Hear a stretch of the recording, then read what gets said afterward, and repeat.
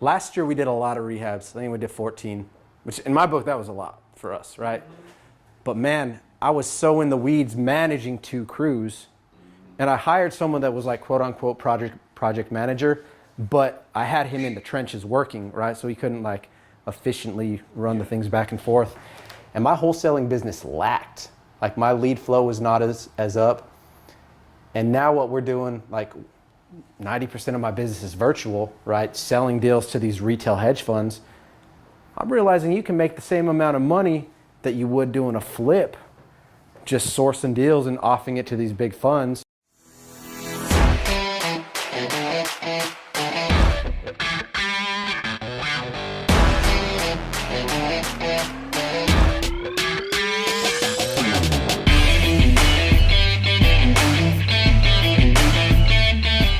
Man, I tell you what, freaking, I don't know what it is with the deals that come through, but like every single one's got title issues and liens and judgments. We've done about 8 deals since we started wholesaling, and none of them easy. Hey, let's tell this story. Make sure you get this on video, bro, because this is going to be funny. Just I don't know if it happens to you guys, but the hardest deals to close are the ones who make the least money on. Yeah, every time. Every time. So once you put up the most time and work and headaches, you make. I've heard that on so many podcasts, and I'm like, you guys have lived that. You guys have lived that. Well,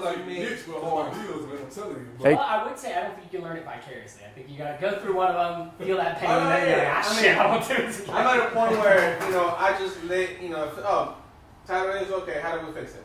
You got to kind of, if you sit there and stress. But some title issues can't always be solved, bro. Yeah, that's the thing. Like, you just move on. You kind of just got to move on. And it's like one of those things like, can I fix it or not? And if we can fix it, is it worth it? And like I said, a lot of times, most of the time, every time I feel like that I don't deal with title issues and stuff, is the ones that I make the least money on. Hey, we had a buyer on the line for this property in the upstate. Good to go. Collected the earnest money, bro.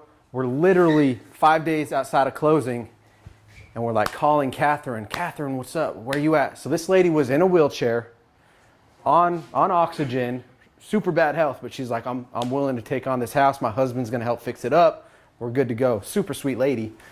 Dude, literally a week outside of closing, she wouldn't answer her phone. Blew it up. I'm like, this freaking lady went ghost on us. I guess she just wants to leave her earnest money. Dude, her husband called us like 2 days, or called me 2 days later. He's like, hey man, Catherine blew herself up. She started smoking, dude, on oxygen and freaking blew herself up. He's like, I heard screaming in the other room. I walked in and she's just freaking on fire. And that was after like 2 super bad, like, dude, that happened to us. It was a tax. No, they wanted that, yeah. You already went through we it. dealt with this lady for about, 4 months? Yeah. Like this seller, she backed out like 5, 6 different times. She kept trying to bring in her own people. And it was one of those deals where a lot of stuff get revealed once they do the title. She had like 6 different heirs. Yep. All of them had judgments against this property that was like, I think we had another contract for what? She wanted like cheap. 12. Yeah. Basically like whatever she owed in back taxes. But that was before we found out about all these judgments. And those judgments was like 50 grand worth of judgments. Yeah. So the freaking, his attorney worked through all of that. And we were just told him like, look, we told you we could give you 12, but like all this stuff's going on, we're gonna have to probably basically let her walk with like a grand. We tried to, like we weren't even kicking anything at this point. We were just trying to help the lady out. And she didn't want to do it. And she finally got back on the hook after about a month. And like I said, that's when we were about to close. And brought another buyer in, man, and he was well under what these people were doing. Because they were going to buy it and fix it up and live it themselves. It's going to be there forever home. Yeah. And then of course you bring an investor in, he's looking at stuff in different way. Yeah, he came in like 20 grand under what we were shooting for. So it was like, lady, we aren't even making nothing at this point. But we're right here, let's go ahead and help you out. But she was going to walk with like $1,000 and she was like, I'm not doing it. So, and the taxes had already been paid for. So she was about to lose it in at this point, like a couple of weeks. Yep. And she said she's not doing it. So at this point, she wasted 4 or 5 months just to still give it away for nothing when she could have got something out of it. She's got $1,000. Yeah. Yeah, man. Can I tell y'all what helps with the pain and stuff like that? Mm-hmm. And I think this is where a lot of people get caught up at. Deal flow solves that pain. Don't get me wrong. Starting out, something goes wrong, it feels like the weight of the world's in your chest. I mean, even if But- it for years, it still hurts me. Oh, I mean, But deal, it deal, doesn't hurt nearly as bad as you bad. deal flow for someone that's just getting started is another story, though. If you don't have consistent mad leads in the pipeline, like deal flow is not something you can just whip up as a magician. Like it, I feel like it takes a year or two. I think people I are like agree. scared Yeah. to spend money, and you can't be. Like there's a lot of pitches. Yeah, but it's got to be calculated because, like you said, pitches. People trying to sell you anything and everything nowadays online, bro. Half of it's probably good, decent information, but Yeah, a lot of it. dude, If I didn't have anything, I'd throw 2K at some leads, just hoping. I mean, you know what I'm saying? 'Cause it's worth it. Yeah. To get them flowing in and having a chance to do something. I've spent 2K on way worse things. Oh yeah, man. Way I wish somebody see that. I think the biggest problem is trying to figure out what to spend, like what kind of leads to buy and what to spend them on, and what's gonna work the best for you. So you're cold calling only? No, I'm right now. I'm not even. I think we do cold call, but we're doing mostly text blasts and Right. voicemails and stuff like that. You get a lot of word of mouth, don't you? Yeah. Yeah, just from being in the business for a while, just knowing a lot. I, Do you get Do you get sellers you've done properties with years ago come back and say, "Hey, I I actually no. I get mostly buyers that way. Mm. What I do get is a lot of, what we were talking about earlier, follow-ups. Man, I've had deals close 2 years after we got the deal. Just had them in the CRM and you just kept following up with them? Yeah, what you and were there's Gotcha. times that I'll take Forces my on the VAs follow-up. and tell them, I need you guys to work this Saturday and just follow up on this all leads. Yeah. Take all the leads that we haven't called for, that we haven't called in a while, take all the leads and just take the whole day just to kind of follow up on these leads. Mm-hmm. Text them or call them, email. Like we try to get them. If we don't get them over the phone, we text them, we email them. Email follow-ups have been okay for us. Yeah. Who are you using? We're just Is it integrated with CRM? so we're not now. It It probably is, is, yeah. but before, like when my guy was basically we weren't using our CRM to the full capacity. He was just like if he couldn't get in contact with somebody a couple times, he'd just shoot him an email by himself, which was taking time. But it ended up being fruitful because I think we maybe got one deal from an email follow-up. But he got a lot of responses, which you would not think you would get from. Well, Yeah. that too, because a lot of people change phones. But your email address ain't gonna change. Like, I had the same email address I know for the last 15, 16 years I've been around. Yeah. Yeah. So your phone number might change, but emails are, we communicate sometimes through emails with people. We just kind of base it off of how they're responding Do to you us. figure out what they want, what they like? Some people like texting. I mean, that's the last question I ask in all our forms we do. I Yeah. always ask, how do you prefer to be contacted? Yeah. Text, phone call, and a good time. That's smart. Once you get them kind of on the hook, Mhm. you can kind of contact Yeah. them whenever, Yeah. because like you said, you build a rapport. Mm-hmm. But at the first initial contact, we always ask, like, because no point in texting someone and they never check the text messages. Some people, they're on the computer still, they're old school. A lot of people only know how to use, emails and stuff. So Mhm. we always ask that question in every form that we put up. That's like the last one. At what time we prefer to be called and how, and then you don't have to worry about anything. That's where you know. I mean, he did 12 deals before I started just through Facebook Messenger, dude. Just because you don't like being on the phone. You don't like being on the phone, so you just on That was a Facebook. gold mine. you got in when it was good, bro. Oh, You it's hit that. It does Yeah. not I promise maybe y'all, it don't is, waste your but- time. It doesn't work. Not like it used to be. You could Yeah. post in those all for sale groups. By the time I was done posting in every group, I had 10, 15 messages. People, leads, like just literally. I mean, that. And if you're starting out, that's That's free leads what for one. Oh yeah, You ain't gotta pay for them. Yep. It's just a little bit of time. That's what I'm saying. I think you were one of the first people who started posting on. Oh yeah, and now And then I everybody's started mama does posting, it. and I'm Yeah. like, let me try it. Yeah. And then I think it's still Yeah. good for JV deals. Dude, I've shifted a good majority of our model to JV deals. Yeah. Why spend a shit ton of money in marketing if you got strategic relationships and each party can bring equal value to the table? Yeah. Why not? That's something I overlooked for years. And I used to look down on it. I'm like, why are you gonna like JV? I used to, like daisy chain someone else's deal. Well, it's not daisy chaining, right? If you But do it the right way, obviously. strategic partnerships are the name of the game. If we do this and you gonna do this, it's cool. That's Yeah. how I feel about it. Partner up, yeah, squad up. Squad up. So I Hey- got a question in caveat to that. What do the majority of you guys spend in marketing from a dollar budgeting standpoint? I We think spent, that very we spent depends on your 35K in model. Facebook ads this year. Which is trash. I mean, we're trying How to much? put 15K a month. 35. I thought it was way more than For that. the whole year? Yeah. I guess that's not. We're really trying to be at. I'm trying $5 to a be month. 15K a month. is what we're kind of trying to come in at.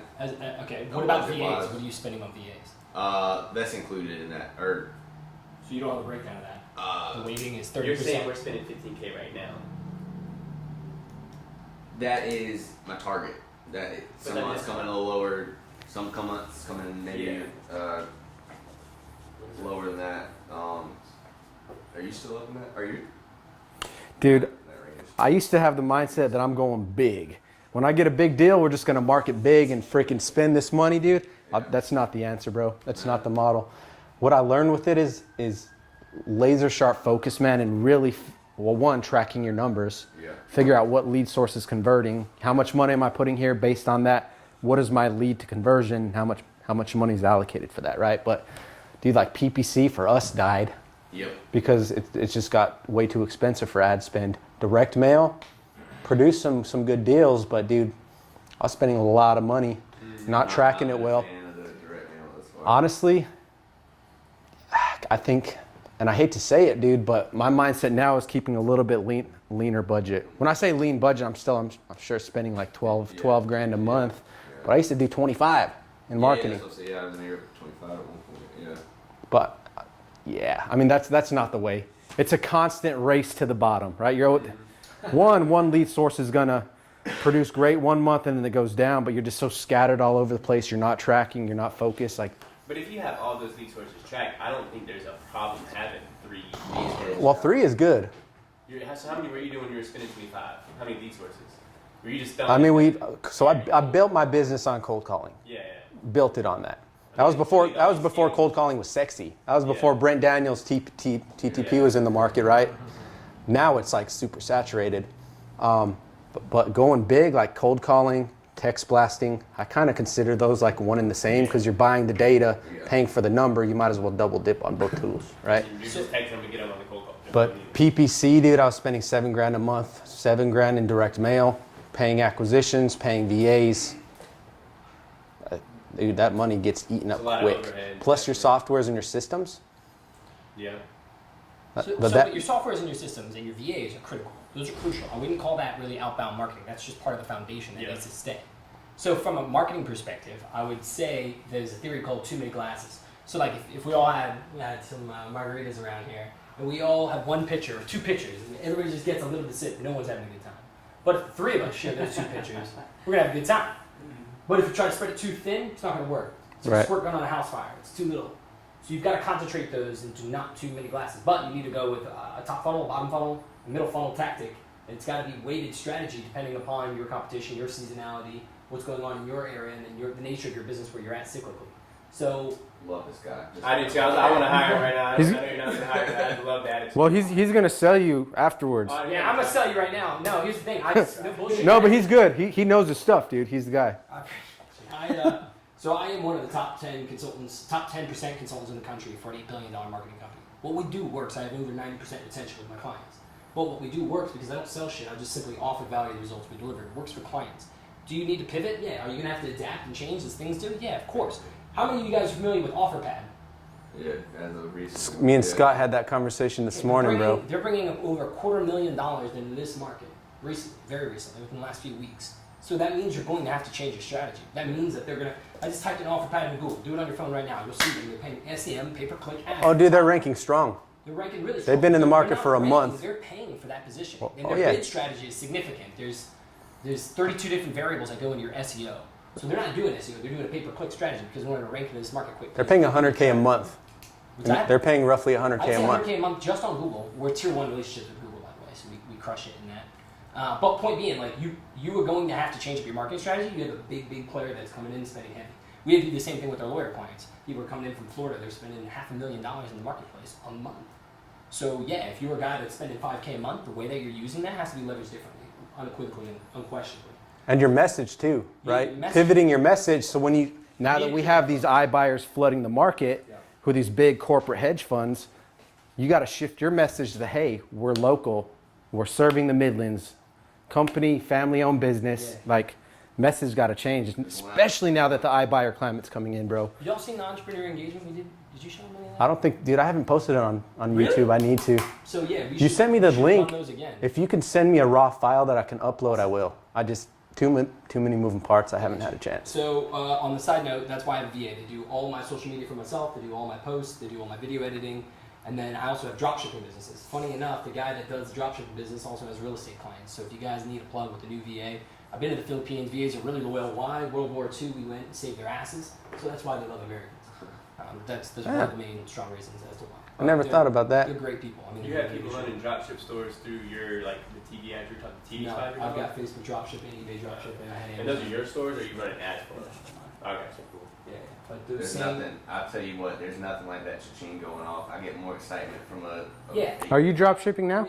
I need to get back. I'm dropping the ball. I bought 3 stores. And 12 minutes ago. Your items. When you say you bought 3 stores, I paid for them to have them made, basically. hey, so I'm on the speaking with a company out of Bangladesh that builds your store, automates it. There's a profit split with it. Amazon or Both, Walmart and Amazon. That's got those guys in place. That's a whole nother. Yeah, that's like a whole nother conversation. They do Walmart, they do eBay, they do Facebook, and they do Amazon. Our Amazon, we ranked too quickly. We sold $750 of products in 3 days, and we got shut down. And I don't want to get too away from it because obviously when you get shiny objects, bro, and your main thing is not the main thing anymore, you lose your credibility, right? So you had seasoned account. So I had seasoned account, 100, 110, whatever reviews. Yeah. And I just started my dropshipping store. And outsource 24 it. days Just, ago. dude, And then I'm all for part. I'll give them 35% profit share. Right? Yeah. Absolutely. listing, doing orders, I and wanna ask like them a one quick couple question, other I promise different you. Are they things. rolling with the piggyback strategy? Explain that, because Let's talk about dropshipping separately. Let's talk about Yeah, We dropshipping. can one off. Yo, here's my card. Marketing lines up to real estate. Yeah, I'm cool with going with that. Oh, hey, what are you Yeah, spending on yeah. loans? Yeah. Because we could talk about it for That's a rabbit we'll spend a whole day pay, doing. like, right around 12% and 2 points, and then like a 1,500 origination fee. But I can find it cheaper, but they're just so easy to work with. Who we're using? Who are you using? Rehab Wallet. Yeah, that's It's who we so use. Easy, man. Oh, yeah, It's I super love easy. That $1,500 is really the only additional fee that you pay. And they're so easy. 12%, 2 points. How much down? 10% of purchase. We're probably close to being. Okay, I might have a bit What of is the strategy deal? for you too. I'm always open. I know one of the biggest business movers here in the country. And he's right here in West Columbia. He does hard money loans. He had 16 businesses before the age of 30. So guys, he's a good guy to know. By the way, As long he's as a good it's sell. easy, What's that? as long as it's the easy process and No, similar that's- numbers. Your numbers, I think, I are better. don't than mind what paying a I've little seen. money for easy and smooth and all that. Yeah. Me and him tried to fill out like a Was it Who was living it? home? leaning home for like a rental, dude, and it made me. I was like, dude, fuck that. I'm not doing rentals because of this Yeah, application. who do you go with? Angela? Dude, they'll also get you on the line for any other assets if you default. All I gotta do is Oh, that's send just. her Did you firm that up for the 20th? I love that, man. She's so Dude, sweet. text him and line that up for us. At Rehab Wallet, they're easy. I don't mind paying Doesn't extra. give you a headache. I don't Simplicity is the game, bro. Simplicity is the game, So, and then right? all we do, So- we want to have that lifestyle of just hmm not having to worry about it, Yep. not having a headache. So we're in a mastermind together, and I think the biggest takeaway that we got is like, man, live life on your terms. Don't get caught up in being so busy building a business that you forget to live life. Like, how do you do that simultaneously where you can live life on your terms, make lots of money, dude? It's almost like building a lifestyle type of organization, bro. And that was a big aspect of why we hired this guy to basically run our operations, was to take a lot off our plate. I mean, working a lot, and just the lifestyle we want is not to be working all the time. Yeah, So is it worth the salary? 100% for us. For me, at least, I can't speak for him, but yeah. just to take a lot of his plate and a lot off my plate as well has been tremendous. And a lot of people might say it's a bad move to hire somebody like that, and I don't agree with it, because that lifestyle is more important than being free. Yeah. You can do what I want when I want. Yeah. Yeah, that's all it is. You're making up money by your time back. That's all it is. Time is the most valuable commodity we have. So That's once you all it is. outpace, if you're at $225 an hour and there's a job that costs $50 an hour and you can go do it yourself, you're actually at a net loss of about $175. So you pay somebody $50 an hour while you go do your thing because you're making $220. I haven't cut my grass. Like, heard something similar. Exactly. Refuse to cut my grass. I refuse to bathe my dog. Like, it's just like shit like that. Like, once you get in that mindset, it's I'm the like same way, I man. refuse. It's Like, like 3 hours to cut your grass. yeah. I pay my guy $30, $40, $50 to cut my grass, and in 3 hours I can close a deal to I'll make probably get $1,000. this week. Like I took away a lot from the mastermind Ben's talking about we're in. One of the biggest things was trading those $5 an hour tasks. Our buddy Wes is preaching this: trade the $5 an hour task for the 5,000, and like within the past few months, just sticking to that motto. You got to reprogram your brain, Oh, dude. 100%, 100%. Yeah, and You it's can't like look at, you can't look in your business. You have to be 30 feet above. 30,000 feet above. Yeah, 30,000 feet looking down. And it's fun. I mean, I'll be honest, I was getting a little burnt out, like, just with real estate, right? Like, we're doing good, but just kind of the grind, right? Like, I'm having so much fun again playing. I don't think it's a great way to put it, but like playing chess with people instead of playing the real estate game now. It's like the real estate is what the business does, but it's like just kind of top-down view on things and like moving people where they need to go. Like that's got me excited and kind of refreshed and ready to get at it. Nice. But It makes it fun. It makes it fun. We're having fun again. Having fun again. And you got mouths to feed. They're like, or, you know, you got other people relying on the business, right? And it's like it's a new pressure, it's a new feeling, but it's like. But it's also camaraderie, and you know, you're building a team, you're building a tribe. You're not just me and my brother sitting at the house doing a couple wholesale deals. You know, we built. It's just like I like having people around me. I don't know about him. I like being around people, like stuff like this. I thrive off of, and the more I do that, and the more I can put that into my business, I think the better the business is going to grow because I'm going to like it more. And you know, when you like something more, you put more attention on it. You do better at it. We hired Brandon to work less, but it's created such a like ignition in the company. It's like we're working harder than we ever worked. We're doing higher level tasks, but it's like more important tasks. But it's just. Is Brandy stateside? Brandon. Brandon. Brandon's guy. Yeah. He worked with BPM Realty. Apparently, they're a really big company. They own a couple $100 million worth of real estate in there right here in Columbia. Wow. But basically running their oh shit division, if you will, like. Putting out fires. Yep. So they sold the company, or he went to the new company and hated it. So, but anyways, he was like running their oh shit division, managing contracts. You know, he was a perfect fit for the real estate stuff. He's got the systems mindset and that kind of just brain. So and he's the one who even introduced to our project manager as well. So he's taken over the flip side with him. And it's been just putting the right people in the right places for us, I think. He fired me. I got fired from my own job. So he fired me from dealing with anything with flips. He said we were getting away, like our flip side was like, it wasn't getting sloppy. It was just, it was getting away from us a little bit. And he's like, hey, you're done. He's like, it's taken care of. I'm taking care of it. And it's been running. They got it back on track. Yeah, everyone was doing good. It just the workers got a little sloppy, and I could dive into that, but it's all you need. He got him back on track. We weren't good enough managing is what it was. Yeah, we were putting too much stress. It's hard, bro. It is. Management is my least favorite part of any business, bro. I'm not a manager, bro. You I can't. like leading, you don't like managing. Yeah. Right? Like you like.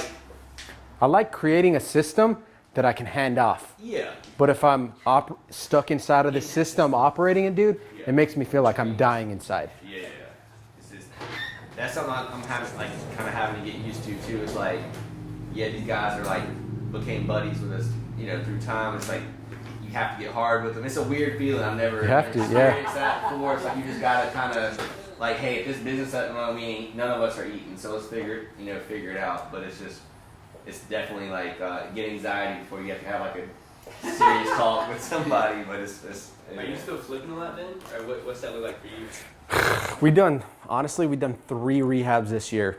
Everything else, if I've taken it down, bro, I just list it, wholesale it. Yeah. Even if it needs some work, just Is list that it. because the ease of the process is Ease of I mean, back to managing. I don't. margins though, what you could do on deals? Yeah, so last year we did a lot of rehabs. I think we did 14, which in my book, that was a lot for us, right? But man, I was so in the weeds managing 2 crews, and I hired someone that was like quote unquote project manager, but I had him in the trenches working, right? So he couldn't like efficiently run the things back and forth. And my wholesaling business lacked. Like my lead flow was not as up. And now what we're doing, like 90% of my business is virtual, right? Selling deals to these retail hedge funds. I'm realizing you can make the same amount of money that you would doing a flip, just sourcing deals and offering it to these big funds. So Or more volume. Which I would say revenue is similar. little more volume for sure. Definitely more volume. Not as much headache, not as much risk. If we're not even taking possession of the property and we're just selling it off, get paid out of closing, like Value in that. it's almost risk free. You know, obviously everything has a risk, but So It's- what's the biggest threat to the way you guys do business? I'll tell you the biggest threat to not only real estate, but America in general. These freaking hedge funds are coming for the market, man. And it's all by design. Like, we work with a lot of hedge funds, right? We're making money for it. If you can't beat it, join it. But I'll tell you my speculation where I see the market going, because I see the traction that's currently happening. The rate of single family houses that these hedge funds are buying, I believe in the next 10 years, majority of median income, middle class housing is going to be corporate owned, right? So for, It's gonna be rentals. yeah, for a middle class family or some student getting out of college to be able to afford a house like they have in the past, I don't want to say it's a thing of the past, but it's going to be much, much more difficult to get into that entry point home. But it's not just happening in the real estate space. So our friend Larry Baker, who owns Baker Auto Collision, they just sold out 3 locations, sold out to a big corporate company, Gerber. Gerber bought out John Harris Body Shop, right? So what's going on? You got these huge funds, right? People that are just aggregating money, sourcing private investors. They've traditionally invested in the stock market, right? But now they're in the single family real estate space. They're hiring these Harvard and Yale grads who can just like punch numbers and read high-end spreadsheets. They're looking at any business across the board, and if it's got a positive ROI, not only today, but because of inflation. So I'll dive into the inflation a little bit, right? But they're willing to pay more than the value of an asset now if they can stabilize it and hold it for a couple years because they see hyperinflation coming, right? So I've heard a figure, 40% of all US dollars were printed last year alone because of COVID, right? And then super cheap interest rates. Obviously, it's a race against inflation. So hence the word hedge fund, they're hedging against inflation. So like commodities, real estate, hard assets are the play, or businesses, right?